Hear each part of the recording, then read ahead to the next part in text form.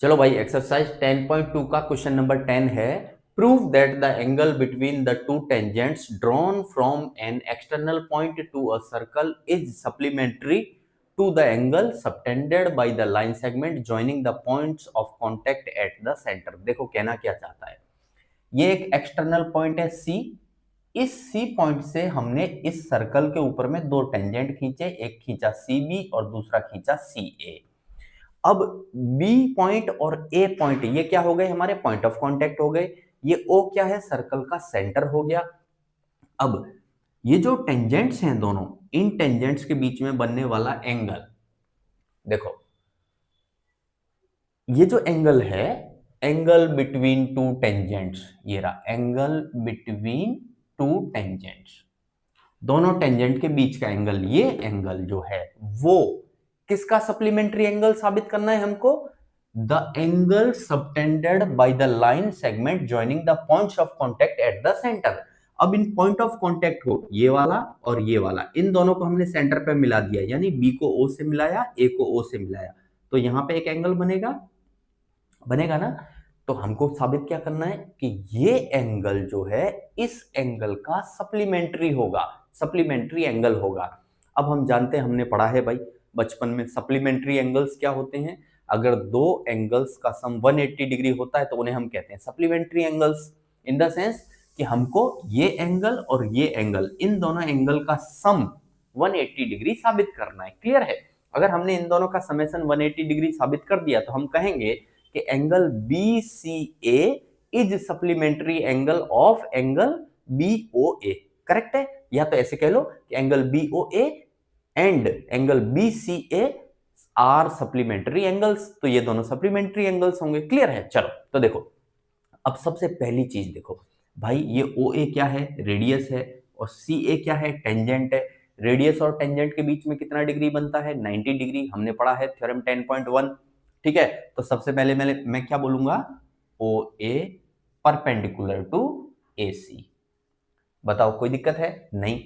अगर OA AC पे perpendicular है तो यहां कितना बनेगा, 90 डिग्री बनेगा, यानी कि इस बेस पे मैं कहूंगा एंगल OAC बराबर 90 डिग्री बाई थ्योरम 10.1। क्लियर। अब हम चलते हैं दूसरी तरफ। देखो ये OB क्या है, हमारी रेडियस है, और CB क्या है, टेंजेंट है। तो रेडियस और टेंजेंट के बीच में कितना डिग्री बनता है, 90 डिग्री। कहां पे, at the point of contact पे। ठीक है। तो हम दूसरी बार लिखेंगे OB perpendicular to CB। Correct है। तो एंगल OBC, OBC कितना डिग्री होगा, 90 डिग्री। किस बेस पे, बाई थ्योरम 10.1 के बेस पे। क्लियर है। चलो भाई, तो ये एंगल 90 डिग्री होगा।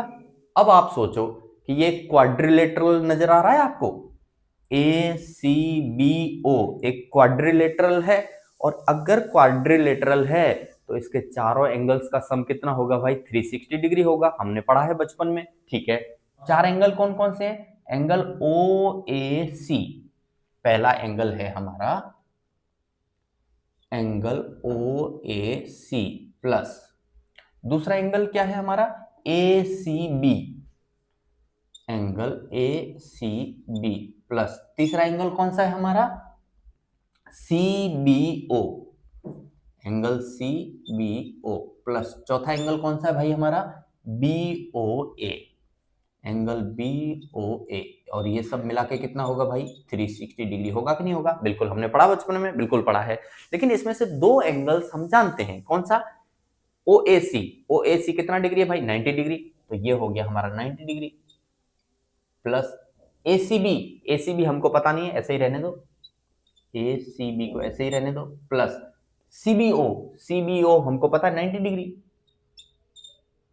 प्लस BOA, कहाँ है BOA, मालूम नहीं है, कोई बात नहीं है, बराबर 360 डिग्री।